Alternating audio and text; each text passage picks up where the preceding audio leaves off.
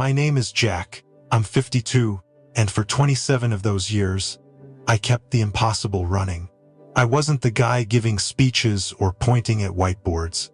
I was the one buried in the server rack at 2 a.m., keeping systems online, while everyone else pretended they knew what resilience meant. I served as a technical officer in the U.S. Army, stationed everywhere from Texas to Kandahar. My job was simple: don't let the infrastructure fail, no matter what.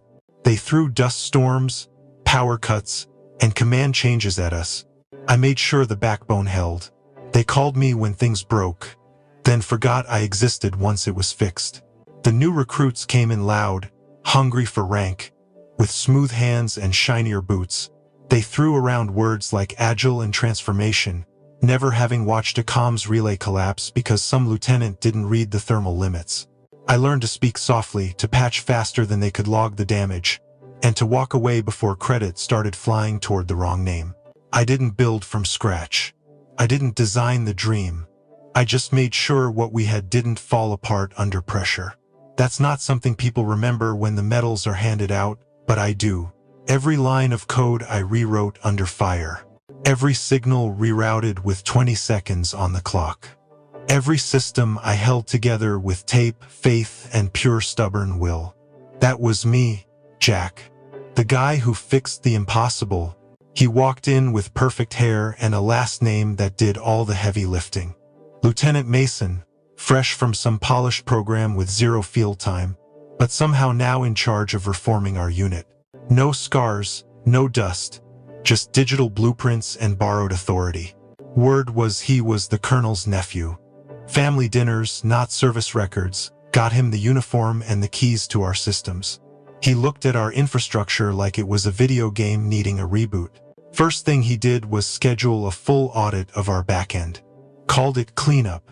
Said we needed lean code and modern structure. I asked if he understood the caching protocols tied to the comms gateway. He blinked twice and said latency was a mindset. The next week, he disabled the fallback queue, deleted entire blocks of logic tied to tactical routing, called it legacy trash. That block rerouted command flow during outages. We used it during a blackout in Kandahar to keep drones flying. He erased it like it was a typo in a memo. He stood over my shoulder once, watching me patch a failed handshake protocol. Said I was overcomplicating things. That we needed elegance. Elegance doesn't hold a signal through a sandstorm. Elegance doesn't keep med evac online when the generators go dark. But I stayed quiet.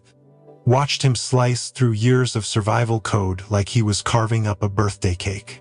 Every delete command was a landmine with the pin pulled. He never noticed the ticking. He started pushing updates straight to prod. No tests, no staging, just click, commit, and pray. The systems didn't scream right away, but they shivered. You could feel it in the response times, the way the logs stuttered like a man catching his breath before collapse. I filed warnings, escalated concerns. They went nowhere. I wasn't part of the bloodline. I was just the guy who kept things working. The guy they stopped listening to the moment someone with shiny shoes and a PowerPoint showed up. Watching him work was like watching a child juggle grenades. But no one took the toys away, and I knew eventually one would fall. It didn't happen with a warning. No sit down. No review.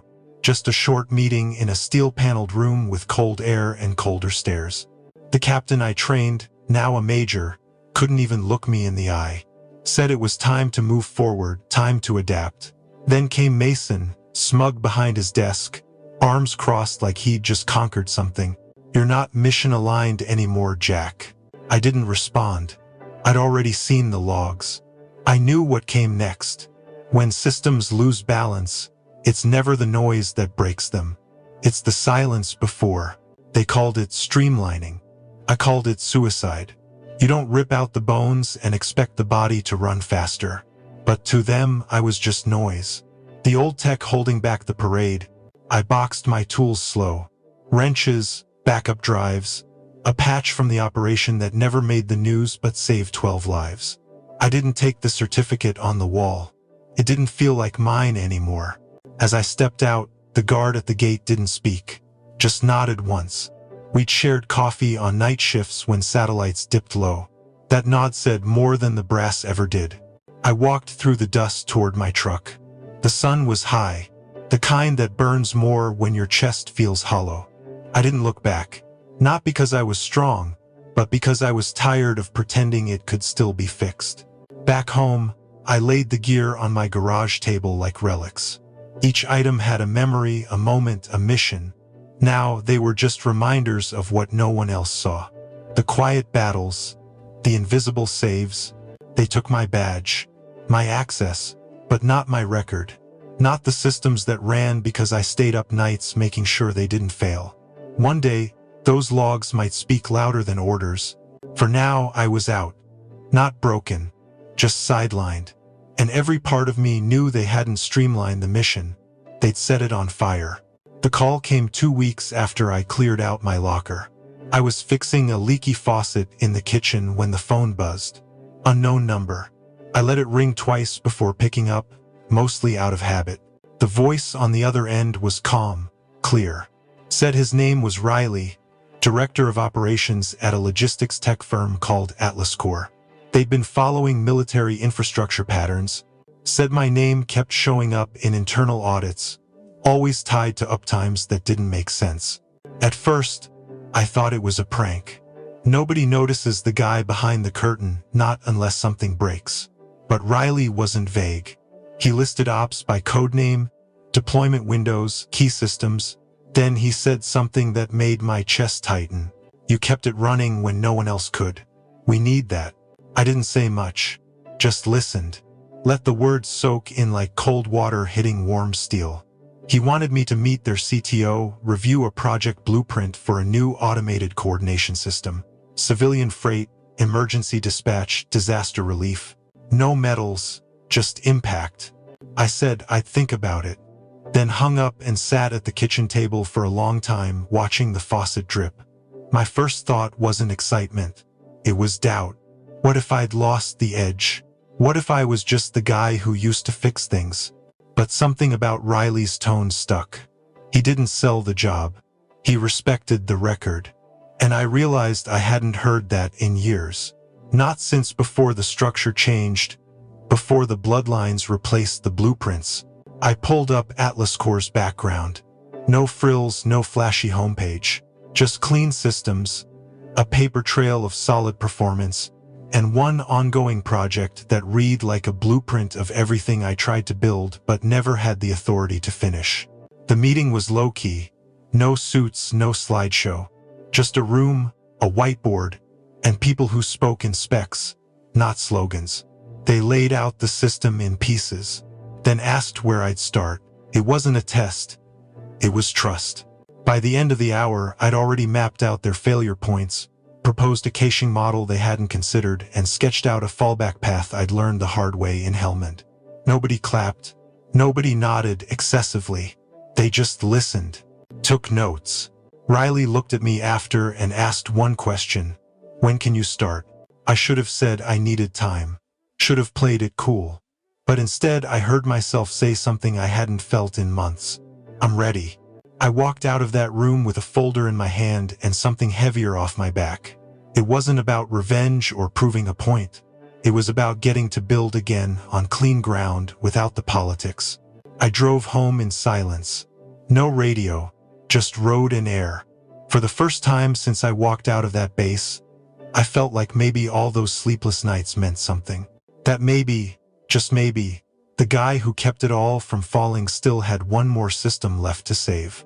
The first sign came in a cryptic email from an old sergeant I trusted. System alerts had spiked, response times were erratic, and some nodes were dropping out entirely. I didn't want to believe it, not after all the years I poured into that architecture, but everything in me knew the patterns. Then came the calls. One from Marcus, my old comms lead, voice heavy when he said they were in deep trouble. Another from Rosa, who managed logistics routing, saying the fallback queue I built was gone from the codebase. They didn't listen, but I'll make sure someone learns. I sat in my living room, the sun outside too bright for what was happening behind the scenes. I could almost hear the familiar hum of the server room where we used to joke about the ghosts in the machines. That hum was quiet now, replaced by alarms and panic. Marcus said they tried to patch the holes with quick fixes. They were rewriting logic on the fly, but nothing held. Every change made one endpoint less stable. Every hotfix broke the next. They asked me what to do first, and I hesitated. Part of me wanted to step in and save what I helped build. Another part knew that the system had to fail so the lesson would stick. The calls grew more desperate. There were units in the field, losing comms, supply lines stalled because of cascading errors, and commanders confused by outdated data cropping up where no one expected it. Marcus's voice cracked when he described the outages. It was the same tone I used to adopt at 3 a.m. when we were just trying to keep breadcrumbs of uptime. I drove out to see them, partly to help, partly because horror has a way of pulling you in. The base looked the same at first glance, gray concrete and faded lines, but up close you could see tension etched into every face. People moved faster than necessary, eyes darting between screens like they were trying to outrun the inevitable. In the operations center, the map was a mess of reds and yellows. It looked like a battlefield that lost its strategy. Rosa stood by a console, shoulders tense, explaining that every fallback had been stripped for modern efficiency. That phrase still stung, like an insult wrapped in corporate fluff. I sat down, looked at the logs, felt that familiar weight in my chest. I could trace the collapse back to the moment someone decided old code was a burden. I could see each decision, each overwrite, erasing stability, and there was a part of me that ached to dive in, to rewrite and restore.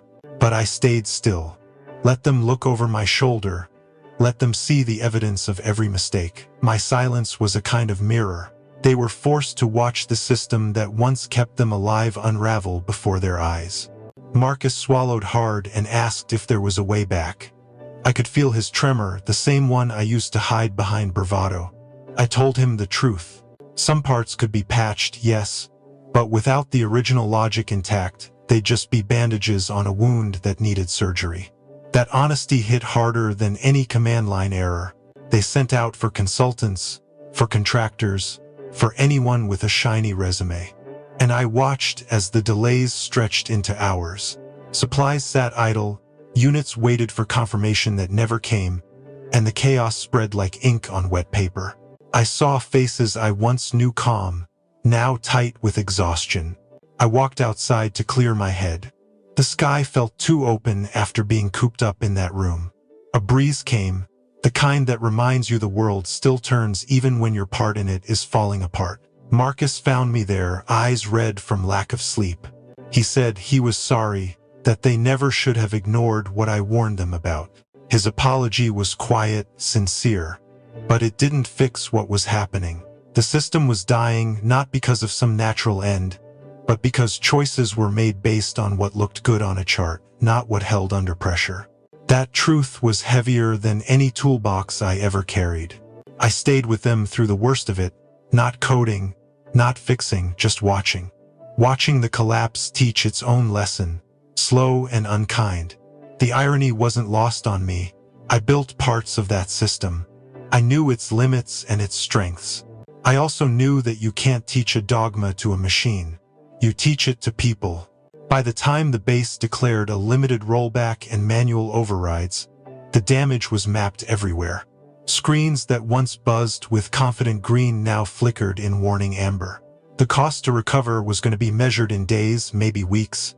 Lives weren't lost, but hours of readiness were gone, and that mattered.